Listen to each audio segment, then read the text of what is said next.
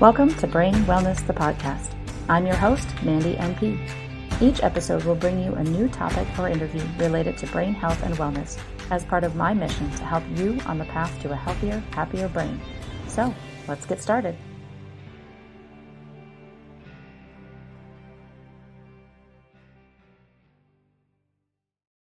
Hello, everyone, and welcome back to another episode of Brain Wellness, the podcast.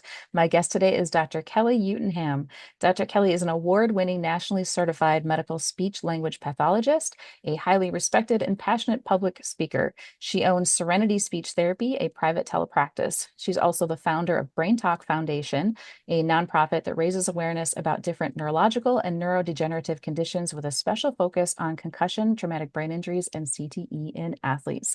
She has over a decade of experience working with adult and geriatric populations in multiple specialties. She's worked in multiple settings. She has taught at multiple universities. I'll put her full bio up on the podcast.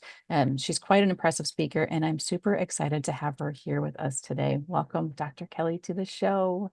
Thank you. Thank you so much for having me. Yes. Yeah, I figured I would keep my breath a little bit for our talk because I know we're going to have a lot of fun today. Your bio is very impressive. So I do tell anybody that's listening to please go check it out because you have a very, very impressive biography on there. So thank Well, you for thank you. sharing that. Yeah. So, aside from the bio, since I didn't read it out loud, I love getting the background from my guests. So, if you could kind of tell our listeners a little bit about your story and how you got to where you are today in your practice. Sure. I believe it or not, speech for me is a second career. I started with journalism. In fifth grade, I did the morning announcements at my elementary school, and I was just really hooked. And I was like, yes, this is what I want to do. They had the cue cards, and I was reading from them at the mini anchor desk, and that is what I wanted to do. So I earned my bachelor's in journalism and mass communication. And I graduated in '09, which was right when nobody was hiring anybody. And from there, I needed to pivot. And I found out about speech therapy and I applied for graduate school. Got in. I just absolutely loved it. I always knew I wanted to work in the adult space. And so from there, I just continued to pursue the adult space. And so I did a lot of work with SNFs or skilled nursing facilities, independent living facilities. And then from there, I tried my hand at travel therapy. And so I was going around to these different states and learning different things from different hospitals, different settings. I did home health, and then I came across telepractice. And when I stopped doing travel therapy, I was thinking, how can I use all of these licenses that I've acquired? Because every professional that I'd spoken to would tell me, like, oh, yeah, I used to have a license in this state, but I let it lapse. I wish I never had. And so I am very much I can learn from other people's situations. And I was like, well, I'm not going to let my licenses lapse. I don't know how I can use them, but I'll keep them. And then telepractice happened. So in 2017, I got into telepractice. I also took that time to start my private practice. I wasn't taking patients, but I got, everything established with the business side and the logo and all of that. And then I was still doing telepractice with a company that I contracted for, getting experience. And then COVID happened. And the company that I worked for at the time, which was independent living, assisted living, and I believe some skilled. And they just weren't handling COVID protocols the way that I was feeling safe. And they refused us masks. And when, the president was saying that we should be wearing masks, the person I was working for was like, well, he said we should, not that it's required. So just keep going without wearing a mask. And I'm like, people are dying. So I decided at that point it was going to be safest and best for me to step out on faith and go ahead and start accepting patients. And so I did that in 2020, and I've been doing that ever since. From there, I graduated with my doctorate and began teaching as well. And that's just a passion that I have for helping the next generation of speech therapists and wanting to be that professor or that mentor that I either had or wish I had in certain spaces. And then last year, I was asked to give a talk on one of the many things that I do. And one of those presentations was a keynote for SCISA, which is the South Carolina State Association. And one of the presentations was on concussion, TBI, and CTE in athletes and the role of SLPs. I also did one on thinking outside of the box on your speech path and how SLPs can earn additional income, leveraging the expertise they already have. And the TBI one was just phenomenal with the response that I received. I was not expecting to speak to speech therapists and then for them to come up to me afterwards and say like, "Oh my gosh, I think my husband is showing signs, or I think my kid may be having some symptoms. Like, what do I do? Who do I talk to? What are the protocols? What's testing that can be done?" And I just wasn't prepared for the litany of questions that were coming. I'm like, they asked me to present. I mean, if I could compile this information, I'd be happy to share it, but I just wasn't ready for that. And so I thought if my colleagues who have access to this information through graduate school and studies, if they don't know this information the way that I do, then there's a good chance that, the person who's checking out beside me at the grocery store doesn't know, or that family members don't know or my neighbors don't know. And I think about the space that I'm in when I'm diving in and doing my thing when it comes to that neuro space. And I'm like, well, that's work. How often do you step away from work and you're with your friends and your family and you're like, hey, let's talk about work? So I'm like, I also have to do better and be the change I want to see so people can know this information. And from there, I had a friend of mine who was like, this is really great information, and a lot of people don't know, and you should really start a nonprofit so that you can have a vehicle to actually provide this information and raise awareness. And so from there, we're coming up on a year for that this month, and that's how I got to be here. That is really cool. I love the pivot. Not everybody takes a traditional route to get where they are, and that's why I kind of love to hear what sparked you along the way, because I think those passions that you develop help you to be just that much better of a practitioner even. So you got this passion because you saw the need for it. So kind of thinking of that as you've dedicated a lot of your work to this brain health, what are some of those big misconceptions that have come up that you've kind of felt the need to share with people? Great question. A big misconception for me is it's just a concussion. And that is something that really fuels the work that I do. So many people think that it's just a concussion, and three concussions equals one traumatic brain injury. And so if you have just a concussion and you don't take it seriously, or you don't allow it time to fully heal, I always highlight that in my talks, to fully heal, that really increases your risk for things like second impact syndrome, which a lot of people don't know about. Second impact syndrome is where you receive a second concussion before the first one has time to fully heal, and that can cause severe swelling of the brain, and then your brain doesn't have the ability to regulate itself. And it can even get to the point where it pushes those tissues in the brain to those tiny little holes that are in the skull. And 50% mortality around that amount for that condition, but near 100% for brain disability afterwards. And so a lot of people don't know that, they don't consider that. And so I really like for people to know it's not just a concussion. You should really take it more seriously. Yeah, that's a great point. And that's one thing I've kind of talked about a little bit on a couple of my solo episodes when I go through. Been doing this series called ABCs of Concussion. So taking it letter by letter, and some of the things we've talked about are those invisible things you can't see, and how some of the terminology has changed over time. So we used to kind of call it, and actually some people still do, just I got my bell rung, or I saw stars, and people just think that, oh, there's nothing with that, but they don't realize that there are repercussions that come later. Or that is a concussion. When you Yeah. say bell rung, or I got dinged, those are concussions. I've spoken to even professional athletes who have said, yeah, like I've never had a concussion. I've had my bell rung a couple of times, and it's like, those are concussions. Yep. Yeah. And so many people think that they have to lose consciousness to get a concussion. You don't have to lose consciousness. You don't even have to hit your head to get a concussion. And so people don't think about those things either. And so when they had that moment where things kind of went black for a second, they're like, "Oh, it's fine. I didn't actually black out, so I didn't have a concussion." But you don't have to lose consciousness. You don't have to hit your head. That's right. That you can have an inertial concussion where it's just that forceful jolt or bump. A lot of times that can happen in a car accident Mhm. and you don't hit your head, but just the impact and how your brain is sloshing around in the skull.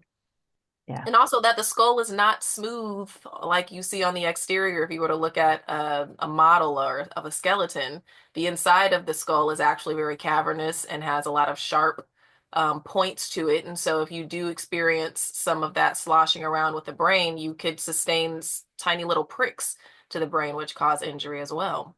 Hmm. Hmm. So as a speech language pathologist, what kind of things do you work on with people that have concussion and TBI? Ooh, good question. I work on functional exercises and activities. So it's not like, look at this worksheet and let me know when you're done. I like to incorporate what my patients are interested in. So if it is sports, then we're going to incorporate sports. I do an assessment so that I can see where I call it a map. I get a map of the brain for me so I can see what areas are strong, what areas need to be strengthened. And so if it's something like memory, then I would incorporate what they like. So if it's sports, I have a patient that diehard sports fans loves the 49ers and the LA Lakers. And so at the beginning of session, I always have him tell me who played the Lakers last or who played the 49ers last. I have him tell me what the score was. I have him tell me if they were at home or away and if the what who they're playing next and if they'll be home or away. And so he can look up the scores in the beginning with his phone if he needs to. But after, because our sessions are an hour, after an hour, can he recall? But we had to build to that, either the amount, so maybe just remembering who the team played, but then I add on those additional things to increase the challenge level. And also reading can be one. So there are some who are avid readers and it's very difficult for them to do that. It's very draining, cognitively exhausting. And so we'll work on some reading goals and starting from sentence or paragraph level, and then we'll find books that are appropriate for them lengthwise. It's funny because sometimes patients will be a little overzealous when they get very confident that they're okay, like I can read a paragraph now.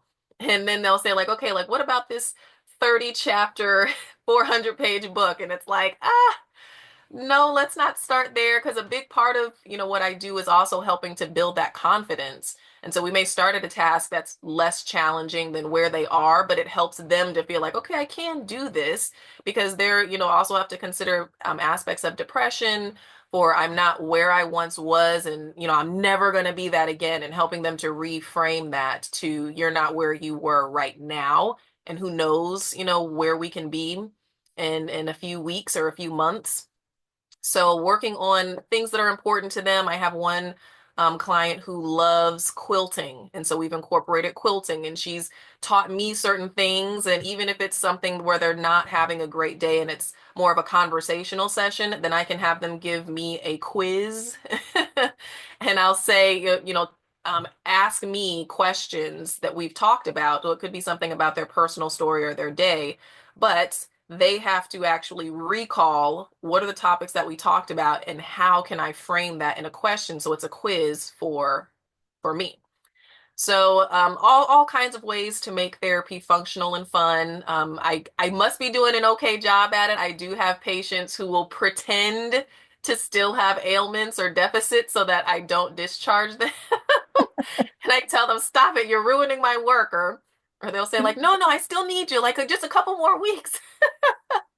So that is very flattering, but I do my best to make therapy fun and interactive. Yeah, yeah.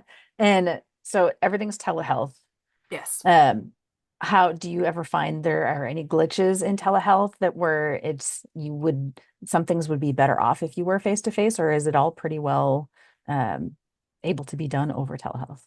In that regard, the only piece that is missing, if you will, for me is just the connection of if like a patient is crying, I can't pass a tissue, I can't rub a back or give a hug, whatever they're comfortable with. And when I am seeing or did see patients in the field in person, those are things that I was able to offer. So I do things like virtual hugs, lots of feeling words. What do you need? Wanting to know how I can show up for them. And sometimes it's just letting them cry and validating their feelings and letting them know that it's okay in this space. And sometimes a session is just allowing them to express that. And so I do often refer to mental health professionals because I make it very clear I am not a mental health professional. There are patients who are like, I don't need a therapist. I've got you. And it's like, no, no. They have a very, very specialized skill set. I am only here to listen and support. So just that physical connection is what's missing. On the technical side, I do have a Wi-Fi mesh. I have a system in my house that makes sure that my internet connection is very, very stable. And there can be patients who don't have as stable a connection, and so either they may not be able to connect, or they do, but it's very pixelated and difficult to hear. But outside of those rare occurrences, the only other void would be the physical connection. Yeah. Are there any things that are your favorite things to work on? I love working on memory and I love working on problem solving. So I like helping with the safety component.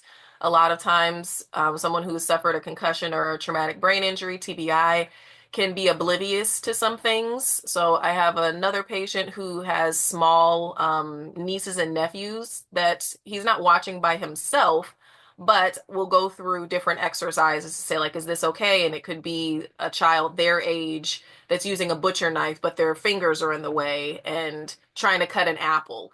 And you say, tell me what you see or tell me what's wrong with this picture. Excuse me. And with that, I'm also assessing and exercising the word finding part of the brain. Because sometimes you see a patient and it's like, oh, that word's like right on the tip of my tongue and I can't think of what it is. And how are you going to know that unless you're faced with something? So it's a word finding thing. Tell me what you see. They'll describe everything. And then I say, is this safe or unsafe? And you never know. A patient very well could be like, yeah, it's fine. The 4-year-old has a butcher's knife and is getting ready to cut an apple on their own with not an adult in sight. And so those kinds of scenarios we work through. And when they get those and it gets easier for them and they're safer, I feel better because I feel that they are more independent with the things that are around them and being able to assess their environment for themselves and for other people. Hmm. Hmm. So one thing I realized when after my own accident is that I didn't really understand all the things that speech language pathologists could do. I've, which I thought was hilarious because I've worked in healthcare since 1999. I've worked around SLPs my entire career, but in the hospital, they work very different than sometimes you guys do in the outpatient settings. So in the hospital, I saw them working on swallowing, and that was kind of the big thing that I saw them do. And the hospitals that I worked at, it was always the OTs that did the cognitive evaluations. It wasn't until I was in need of that cognitive service that I realized or that I learned that it was the SLPs that did it. Can you describe for listeners that might be in kind of that same boat? What would be different about what you do versus what an OT does, for example? Okay, good question. So, yes, in the hospital, lots of work with swallowing. A lot of times that's going to happen with a stroke patient.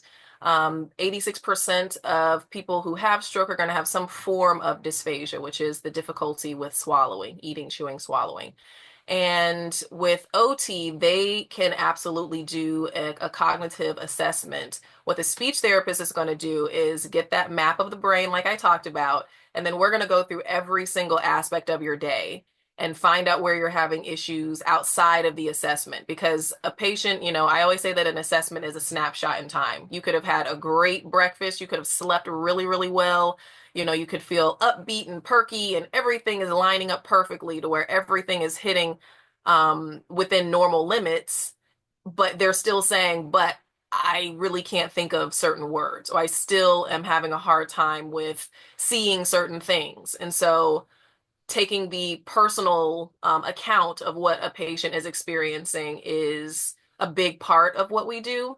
And so I will ask the patient, tell me about a day in the life. And I want them to run down everything that they're doing because I'm hearing where things are difficult, where they could be exerting themselves too much cognitively. And then I'm creating a plan to provide exercises for them as well as to provide compensatory strategies for them. And so OT has a very functional task of cognitively seeing how the physical side of things are going to happen or the practical side of things are going to happen, especially with things like getting dressed, bathing, even things like zippers and putting on socks and things like that. And that is by no mean to say that's the only thing that they do.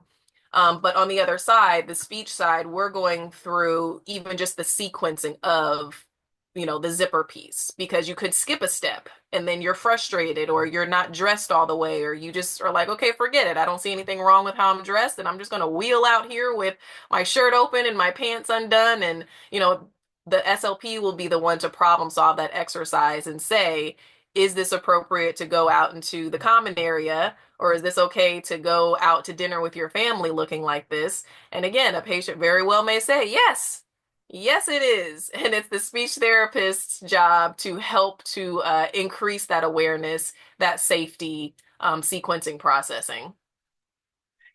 Thanks for that description. That was really, really good to kind of explain it. And again, I felt really silly not knowing that difference, but I'd been in the stroke world forever, and that's all I saw.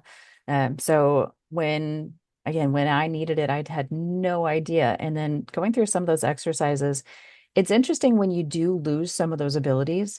On the personal side, now speaking from the patient perspective, when I realized that I wasn't understanding what I was reading, that was really weird for me as the patient. I have beyond a master's degree, and to be unable to understand what I was reading and find myself in situations where I would say the wrong word because I wasn't comprehending what I was reading, or almost feeling like dyslexic because I would flip my numbers or letters around and mispronounce things. How do you get people past the frustration? I know you're not a therapist working on that part, but how do you get them past that frustration to working on improving those skills? I I start with acknowledging and letting them feel how they're going to feel because I think it's one of the worst things that you can do as a practitioner to deny someone what they're going through or downplay and say like it's not that bad or at least X, Y, and Z. Like in that moment, be allow that vulnerability, allow them to express how they're feeling. And then I gently redirect and we'll start to talk about positive things like their gains. I think that's an untapped resource for confidence is allowing the patient to see where they've come from. So I will talk to them about their previous uh, assessment scores, or I'll talk to them and remind them because when you're in it and you're just trying to get, past a sentence or get past a page, you're in that moment thinking possibly that you're a failure, that this is never going to get better, and all that weighs on how a patient is motivated to continue. And so I can say to a patient, we started, and if the max score on a test was 30, we started when you were at a 12, and right now you're at a 24. And so just showing that numerical gain and explaining to them, you had a really hard time with this kind of recall, you had a really hard time with this kind of visual spatial task, and now look at where you are. And so I like to help the patient to see that they are not as um, they're not they're not on day one, basically. Whatever it is where we are, if it's a week in, if it's 3 weeks in, that could be the difference of, well, we are only a week in. Because a lot of times working with adults, they're like, yeah, but it's not perfect now. It's not perfect now. We've had 3 sessions. And so just letting them know, like, we're only on, week two, or well, it's been 3 months. Look at all of your gains. And so that really helps to push them past because when they're in it, they're not looking at it like, look at all the progress I've made. They're looking at it like, I'm still not perfect and this sucks. Yeah. And it's sometimes still hard to acknowledge those positive things because you get so stuck on that, well, I'm not where I want to be. So yeah, Yes. sometimes from that patient side of things, we need some reminders on how far we've come. So that's Yes. But a also great way to saying do it. it's okay that you, yeah, saying it's okay that you feel this way, but also keep in mind. afterwards. You follow up with the confidence boost. Yeah. Yeah, absolutely. All right, so switching gears a little bit, you started a podcast somewhere in there. So you have your own podcast. Can you tell us a little bit about that? What inspired you to then take this on in addition to everything else that you're doing? Yes. So I am in the process of writing a book and I was doing interviews for that book. The book is called The 25,000 Mark. It's not just a concussion. And 25,000 is an homage to Dr. Bennett Omalu, who discovered CTE, and the football player Mike Webster, who he discovered CTE in 2002. Dr. Amalu said that Mike Webster's brain was in the condition of someone who had suffered 25,000 car accidents over the course of his 25-year career. And so from that book, I was interviewing professional athletes and I was interviewing amateur athletes and parents of athletes who have either lost a child to a sports-related brain injury or to parents who still have their child, but their child is not the same. And from there, I had done so many interviews that I had enough for the book, but I was thinking they're only going to get just a piece of the story. And since I'm doing the interviews, you know, in the format of, visually and I can use the audio, I was thinking, well, people should still be able to hear these amazing stories because a huge mindset for the human brain is, well, it's not going to happen to me. It can't happen to me. And so just taking these stories and giving them to the public so that they can hear and hopefully experience some cautionary tale experiences with the stories. I just thought that could be a nice offering to people to be able to maybe not hear me at a conference or pay for a course, but this is a nice offering that people can learn from concussion and experiences like yours, because you're going to be on the podcast. I am, and I'm excited for that as well. It's a great way to share that information. And is the book published yet, or are you still working on it? Not yet, still working on a couple of snafus on the business end, but can't do much about it, so we just have to pivot and figure it out, but it is still in the works. That's so cool.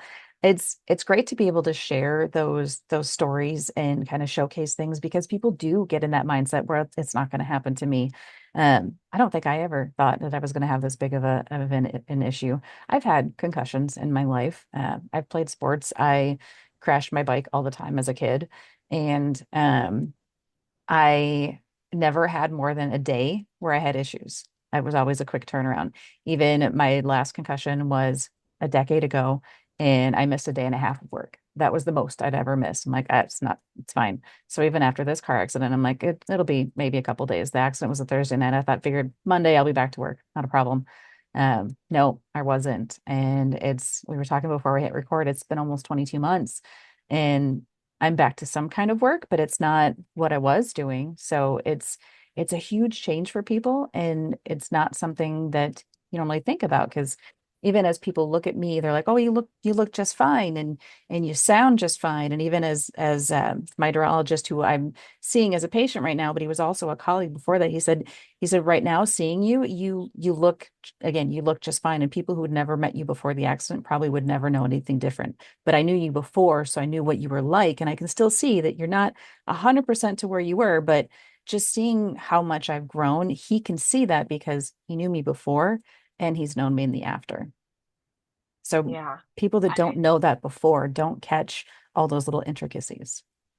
yes, which is a huge reason behind Brain Talk Foundation because I want people to change the framework, change their mindset because just like you said, you look fine. And talk about this in my talks.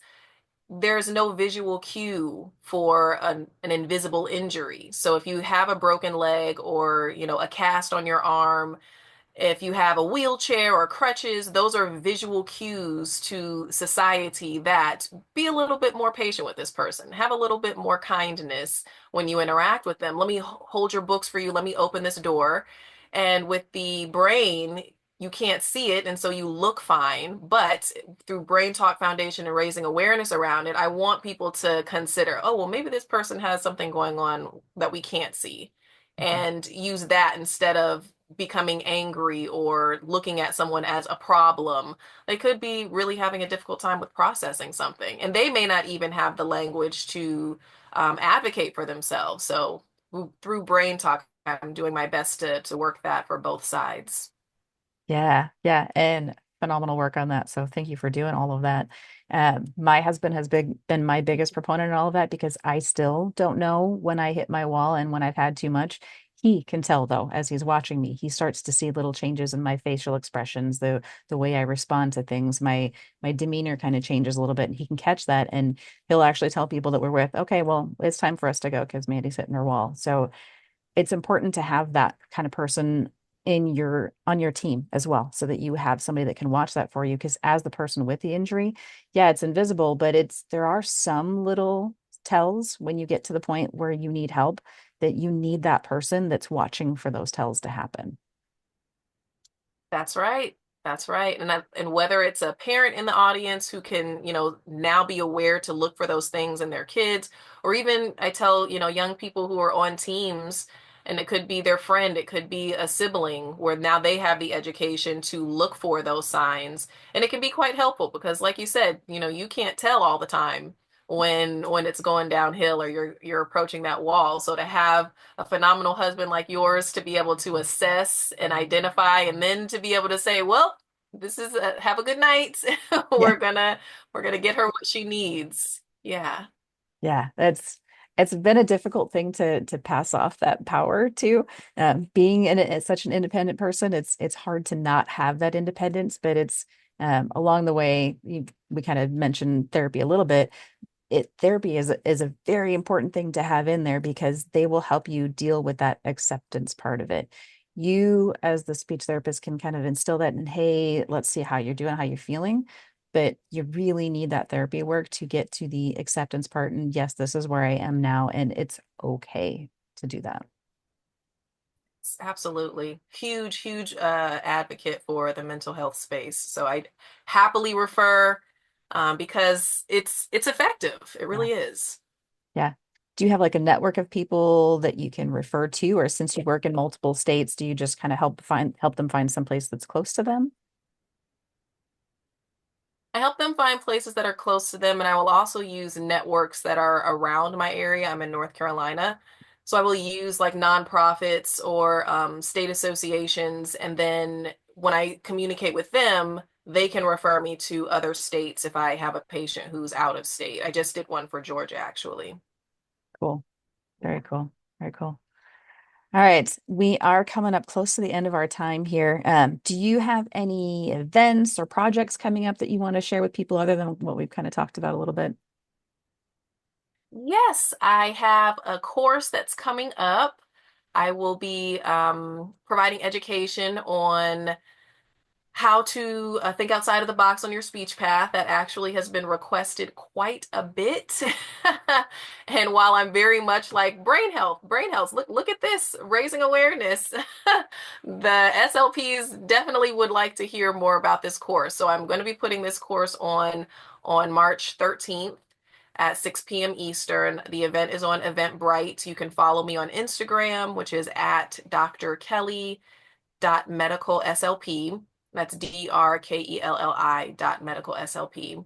And I will post there as well as on the Brain Talk Foundation page, and it's just that at Brain Talk Foundation. And I will also post that on Kensington Academy, which is my consulting firm. But I will also be doing courses on the concussion space and what SLPs, what our role is. And then I will also be doing a more broad um, course that's kind of like a part two to that concussion course so that I can talk to the masses about what can be done in the adult space for brain health and brain injury as well as in the pediatric space. Very cool. Very cool. So you listed the Instagram. Is there any other places that people can find you if they want to learn more about these upcoming courses or anything else that you're working on? Yes, you can follow me on LinkedIn, connect. I'd love to connect. And also just if anybody is interested in having a speech therapist come and talk about brain health and how you can raise awareness and spot those signs, then please reach out and ask me to come out and speak. I travel. I will actually be doing presentations this year in Florida, California, Illinois, Virginia, and I feel like I'm missing one, but I do travel and am willing to do so.